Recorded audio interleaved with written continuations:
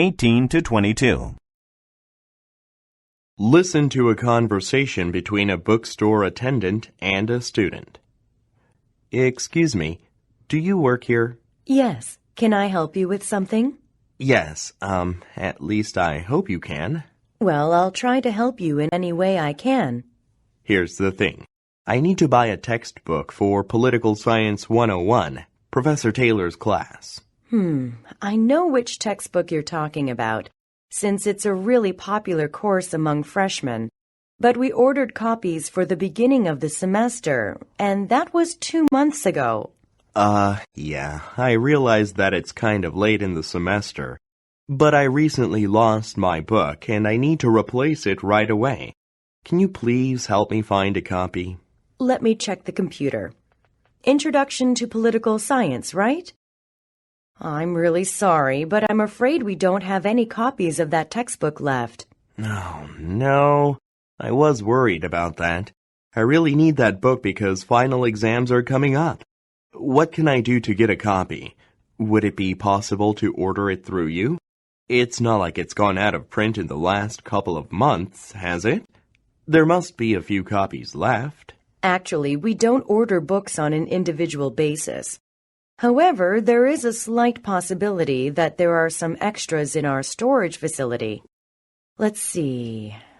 Nope. It looks like the warehouse doesn't have that title listed. And the thing is, it's very unlikely that we'll be getting any more in before the end of the semester. But there are still a couple of other options.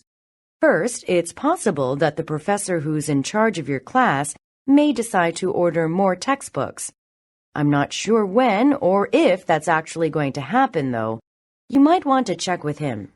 I see. The other thing you might want to try is, well, there's another bookstore across campus that may have what you're looking for.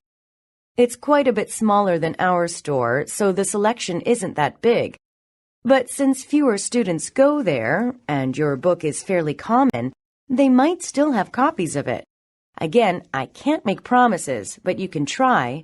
Okay, I'll look into that possibility as well. Lastly, I suggest that you check that website, Used Books Online. It's a community of students and teachers, and they buy and sell used books at really low prices. Like I said, yours is a popular one, so chances are you'll find a used copy. That looks promising. What's the address of that website? Here, let me write it down. It's www.usedbooksonline.org. I believe you'll have to make an account first. It's free, of course. You'll need your student ID number to sign up. After you register, you can start buying and selling used books. And if all else fails, you may have to borrow one from a classmate and make copies or something.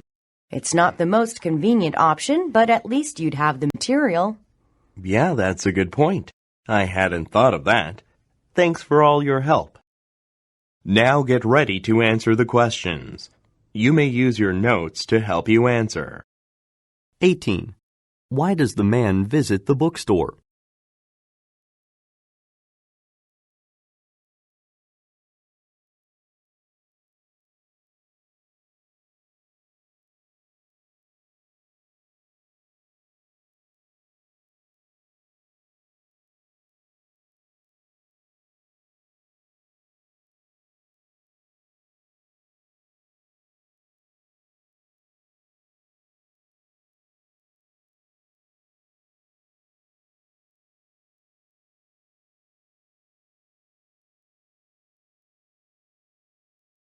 Listen again to part of the conversation, then answer the question. Here's the thing. I need to buy a textbook for Political Science 101, Professor Taylor's class. I know which textbook you're talking about, since it's a really popular course among freshmen. But we ordered copies for the beginning of the semester, and that was 2 months ago. 19. What does the woman mean when she says this? And that was 2 months ago.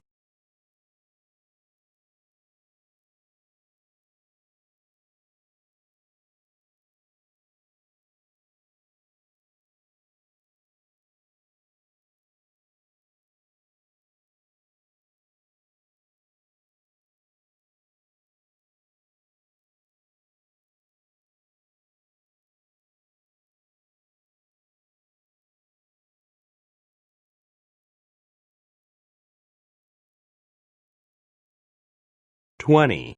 Why does the man need to order the book?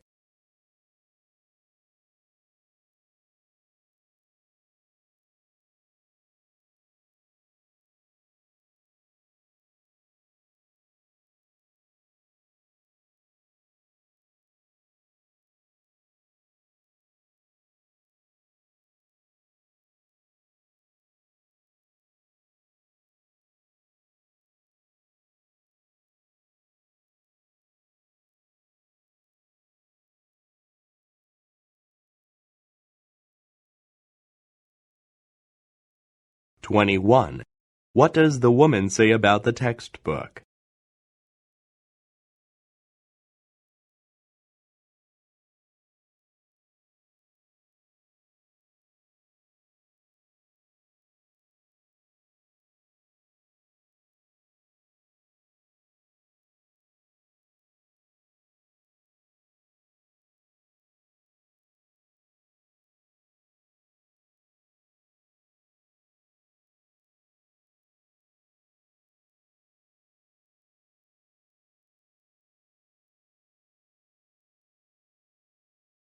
"22.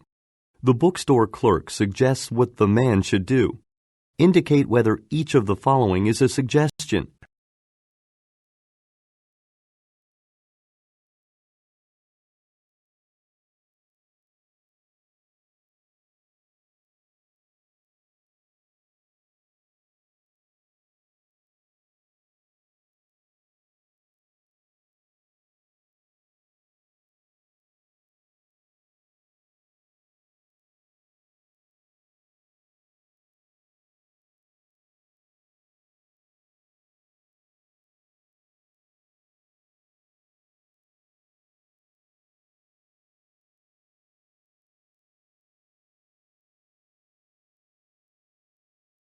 "23 to 28. Listen to part of a lecture in a history class. I'd like to expand on something I mentioned earlier. Cultural diffusion. Like I said, this is the process by which ideas move from one cultural group to another over long periods of time. This typically occurs as a result of trade or war. For the rest of the class, we are going to discuss a famous example of this, the development and spread of the Latin alphabet. Before we get into this, though, I should probably point out that the Latin alphabet is the one we use today. It's a phonetic language, meaning that each of the 26 letters represents a specific sound. Some letters can even represent more than one. For example, the pronunciation of a vowel changes if there is an E at the end of the word, like tap and tape. Of course, these are English words. In, say, French or German, the letters would stand for slightly different sounds, but the basic principle still applies. So, where did this versatile writing system originate? Well, it can be traced back to the Phoenicians, a group of people from the Middle East. They were one of the first to develop a writing system based on symbols for specific sounds. Prior to this, individual symbols were usually used to express entire words or concepts. Anyway, the superiority of the Phoenician system was recognized by the Greeks, who adopted it in the 8th century BC and modified it to suit their own language. The Greeks modified the Phoenician alphabet. What exactly did they have to change? Well, they changed the shapes of many of the symbols. The ancient Greek letters are similar to modern ones, but they also added quite a few new letters. You see, the Phoenician alphabet didn't include special vowel symbols. Some letters were both consonants and vowels. The Greeks created new symbols for each. Now, during this same period, Greek traders were establishing colonies on the Italian peninsula. As a result, variations of the Greek alphabet came to be used by the different groups that inhabited this region. And when the Romans rose to power a few centuries later, they adopted the writing system of one of these earlier civilizations. Of course, the Romans made a few minor changes. For example, they added the letter G and eventually Y and Z as well. But their most important contribution was to spread this alphabet as they expanded their empire. Latin was used for all government records and trade documents, so people in conquered territories tried to learn how to read and write in this language. But the Roman Empire eventually collapsed, right? Why did this writing system continue to be used? A couple of reasons, actually. First of all, Latin was used by church officials in Europe for centuries. This allowed them to communicate with each other easily, even if they had different native languages. The other reason is the flexibility of the Latin alphabet. These letters can express almost any sound, so medieval scholars in Europe found it easy to apply this writing system to their own language. Now get ready to answer the questions. You may use your notes to help you answer. 23. What is the lecture mainly about?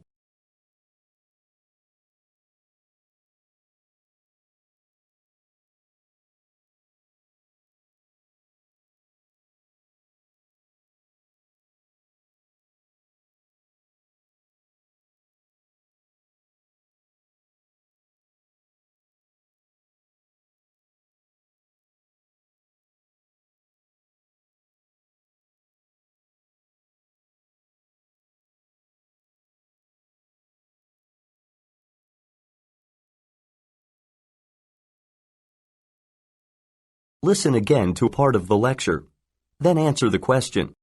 For example, the pronunciation of a vowel changes if there is an E at the end of the word, like tap and tape. Of course, these are English words. In, say, French or German, the letters would stand for slightly different sounds, but the basic principle still applies. 24. Why does the professor say this? Of course, these are English words.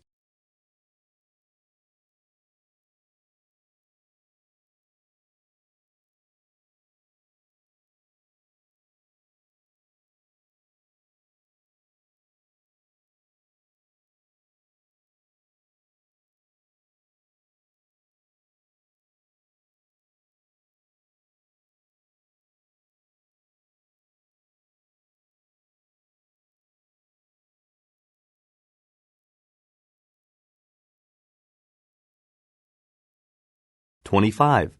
What was unusual about the symbols of the Phoenician writing system?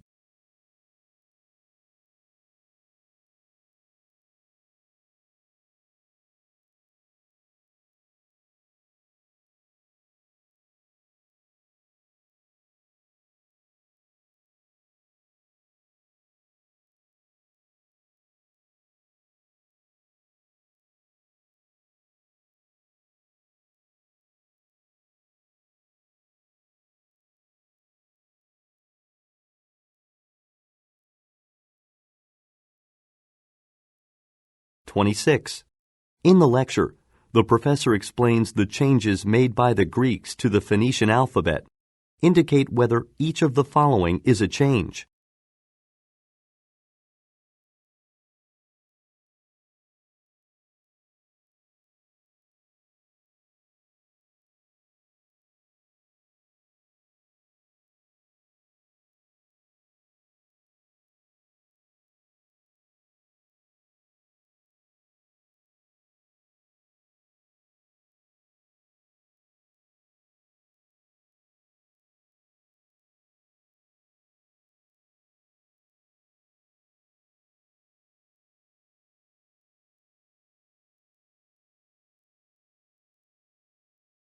Twenty-seven.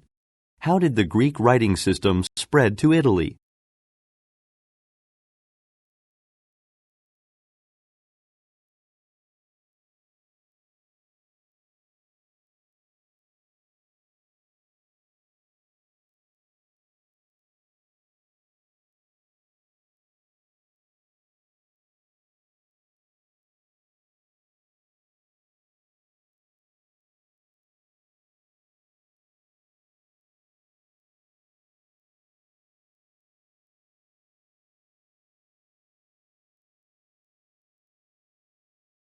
Twenty-eight.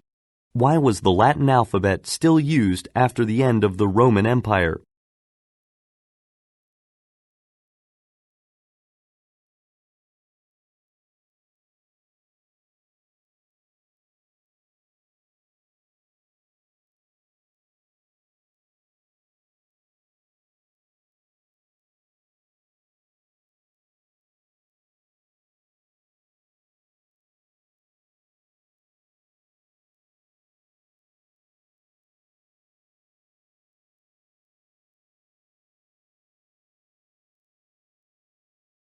29 to 34.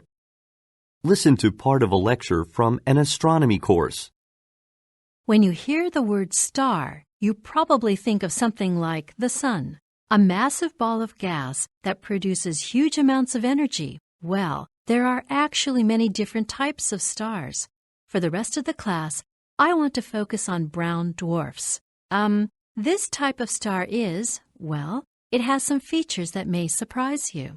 First of all, brown dwarfs are only a little larger than Jupiter, which is the largest planet in the solar system. This means that they are much smaller than other types of stars.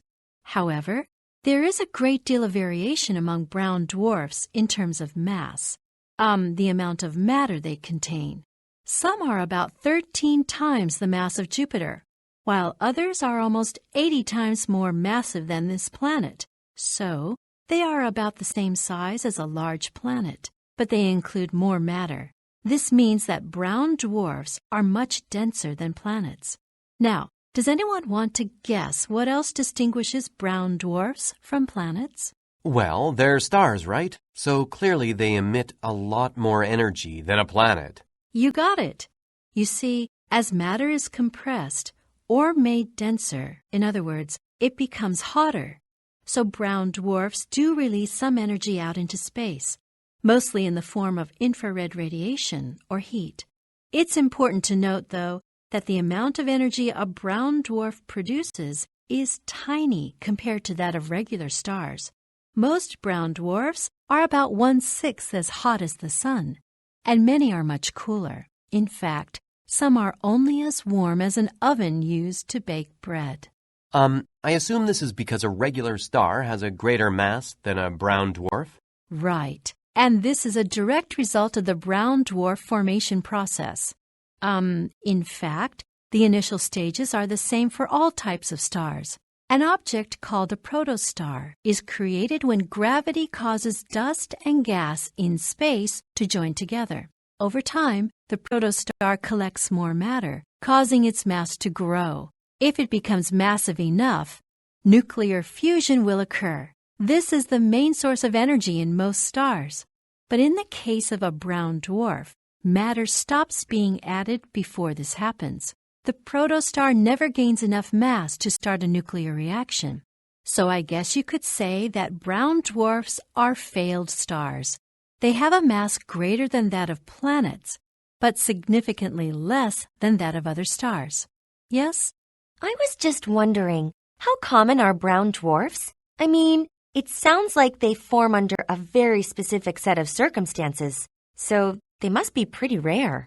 To be honest, no one knows for certain. You need to keep in mind that because they generate such small amounts of energy, they are incredibly difficult to detect with telescopes. It was only in 1988 that the first brown dwarf was spotted, so everyone just assumed that they weren't common. But as technology improves, more and more of these stars are being observed. This has caused some astronomers to reconsider.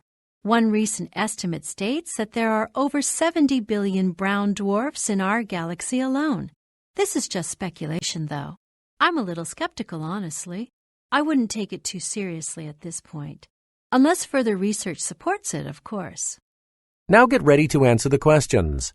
You may use your notes to help you answer. 29.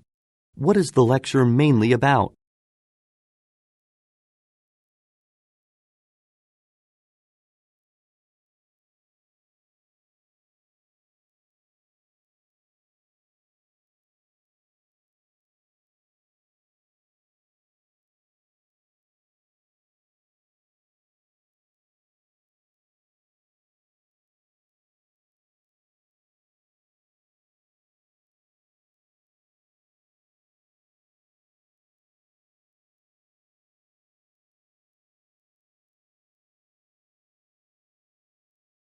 "30.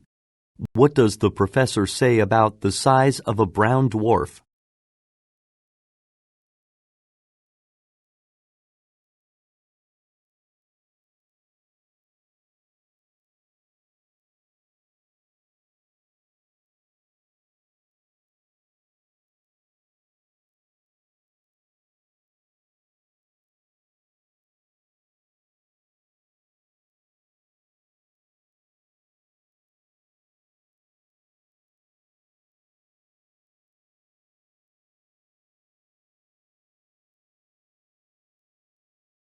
Listen again to part of the lecture. Then answer the question. Now, does anyone want to guess what else distinguishes brown dwarfs from planets?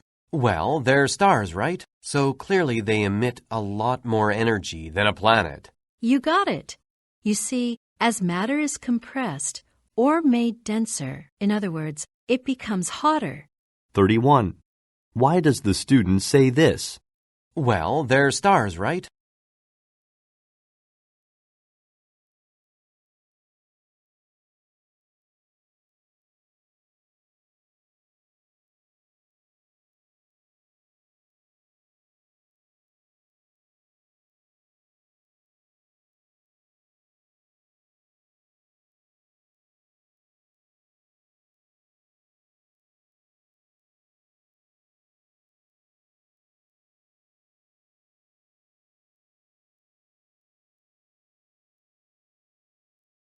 (32) In the lecture, the professor explains the steps in the formation process of a brown dwarf. Put the steps listed below in the correct order.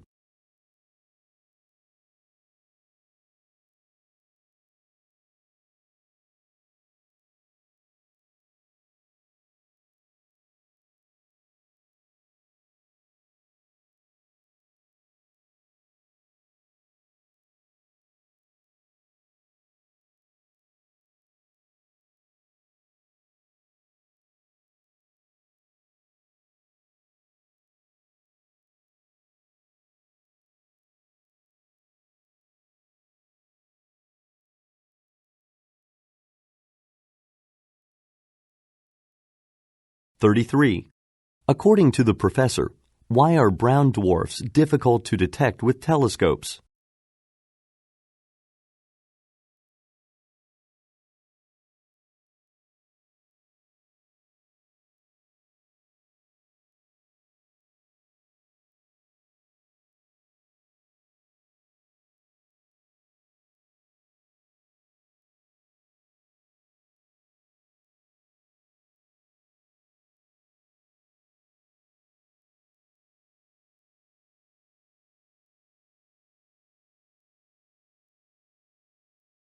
(34) What is the professor's attitude toward the recent estimate about the number of brown dwarfs?